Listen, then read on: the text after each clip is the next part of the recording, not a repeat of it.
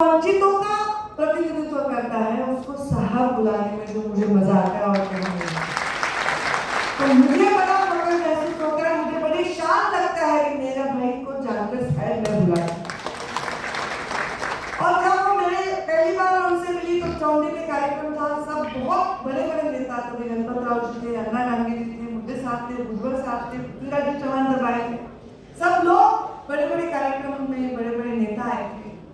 जो प्रेम लोगों को मिला, लोगों का मिला, वो मुंडे साहब और जानकर साहब की जोड़ी को मिला। और वो इसलिए मिला क्योंकि जब आदमी अच्छा काम करता है, अच्छा होता है तो दिल को छू जाता है, और सच्चा होता है तो आत्मा को छू जाता है।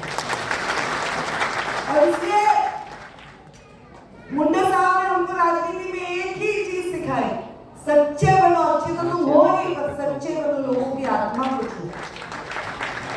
जबकि मुंडे साहब का जन्म गरीब घर में हुआ है, किसान के घर में हुआ, मेरा जन्म तो मुंडे साहब के घर में हुआ, मुझे तो किसी बात की कमी नहीं थी, पर मेरे अगर पैरों के नीचे मलमल है तो वो उनको छुपती थी, वो बोलते थे कांटों पे चलो, कांटों पे चलो। मेरे जीवन में पौराणिक कथाओं में सीता माता, ऐतिहासिक कथाओं में पुण्यश्लोक अहिल्या देवी, और मगर राजनीति में कहीं मेरा आदर्श हमारी सुषमा स्वराज मेरा आदर्श। और मैं वैसा काम जिंदगी में करना चाहती हूँ, वैसे विचारों के साथ जीना चाहती हूँ, वैसे ही विचारों के साथ मरना चाहती हूँ।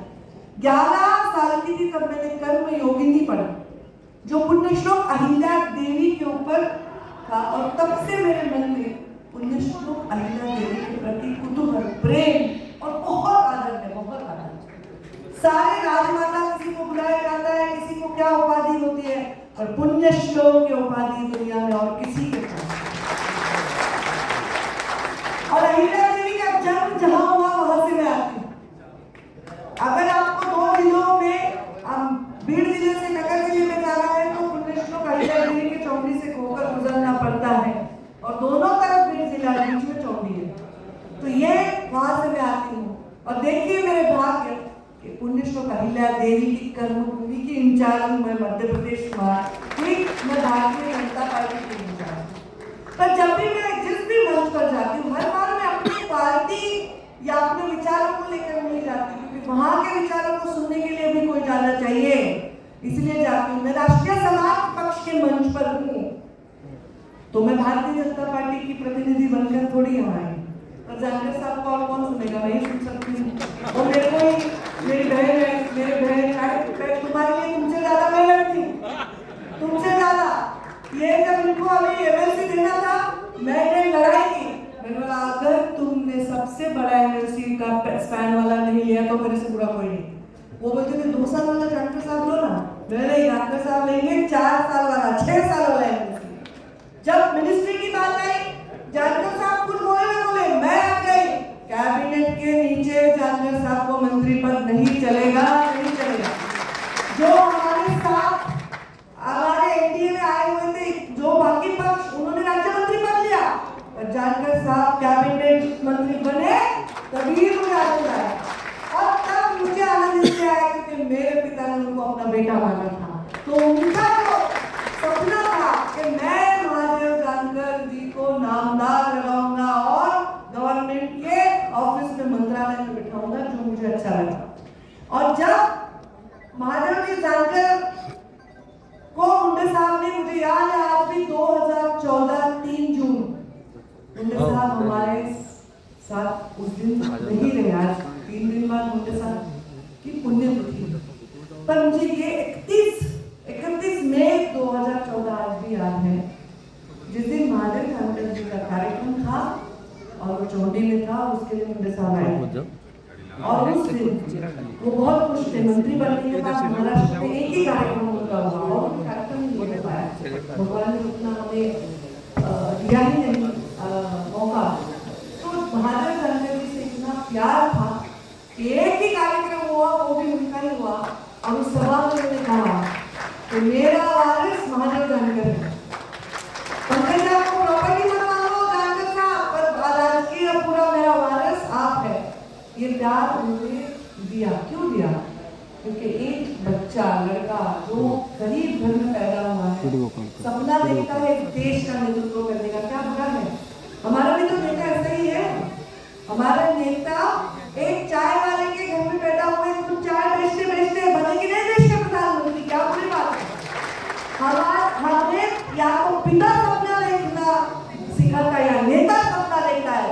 मेरे पिता ने भी मुझे यही सपना दिखाया कि बड़ा सपना देखो छोटे लोगों के लिए, अपने बड़पन के लिए नहीं। और आज मुंडे साहब का सपना है कि महादेव जानकर एक नहीं 1000 बने, महादेव जानकर जैसे नेता बने जो 1000 नेताओं को बनाए। और मैं तो उनसे लड़ती रहती हूँ, मेरा आधा ध्यान तो राष्ट्रीय समाज पक्ष के ऊपर ही है। आपने ये क्यों नहीं बोला, आपने वो क्यों नहीं बोला, आप यहाँ प्रेस लो, आप यहाँ जाओ, मैं तो रोज उनको बोलती रहती, वो बोलने में लगती रहती। सही है कि मेरे तो ये मेरा मायका है, राष्ट्रीय समाज पक्ष भी तो मेरा मायका है, मेरे भाई का घर है। इधर पिता से लड़ाई होगी तो भाई के घर में भी जा सकते हैं आप। तो ये जो है ये सही है। वो बोले थे बीजेपी ने एक क्या वो किया, बीजेपी आपकी पार्टी ताई की पार्टी, मेरी कहा गई पार्टी, मैं बीजेपी की हूँ, बीजेपी मेरी थोड़ी है, बीजेपी बहुत बड़ी है, मैं बीजेपी की हूँ, बीजेपी पार्टी की हूँ, पार्टी मेरी नहीं हो सकती, ये तो बड़ी पार्टी। पर जरूर जब मुंडे साहब के छोटे छोटे तबकों पर काम करने वाले लोगों को उन्होंने इकट्ठा किया और एक ताकत बनाई, एक मुट्ठी बनाई, तभी तो सरकार का मुंह देख पाए। ये इतना आसान नहीं था, इतना आसान नहीं था। एमएलए और एमपी बनाने वाला कारखाना मुंडे साहब को कहते हैं, महाराष्ट्र में जाते हैं कि जो आदमी कभी सपना नहीं देख सकता था कि हमारे एक भाषण में सुने थी तोमर जी का, तो बोले थे कि वहां मेरे को विधायक का टिकट मिला, यही कितना अभिमान और स्वाभिमान की बात है। जो व्यक्ति कभी सपना ही नहीं देख सकता था कि मैं कुछ बनूंगा। मैंने मुंडे साहब को पूछा था कि क्या आपको बनाने के लिए क्यों आप राजनीति में आए? तो बोले मेरे पिताजी जब हम लोग गांव में जाते थे, एक पर्टिकुलर एरिया में जाते थे, तो मेरे पिताजी अपने जूते निकाल के अपने बाह में रख लेते थे। तो क्यों? क्योंकि वहां जूते पहनना मना था। उनको ये सवाल बढ़ने लगा कि यहाँ जूते क्यों नहीं पहन सकते मेरे पिताजी, बाकी लोगों ने तो पहने। तब उनके मन में आया कि नहीं, ये जाति भेद है, जाति नहीं हो जाती होती है, पर जाति भेद ये जाना चाहिए। गडकरी साहब ने भी कहा, एक इतने बड़े नेता आज देश के सबसे ज्यादा विकास करने वाले नेता है। तो देखिए महादेव जानकर जी का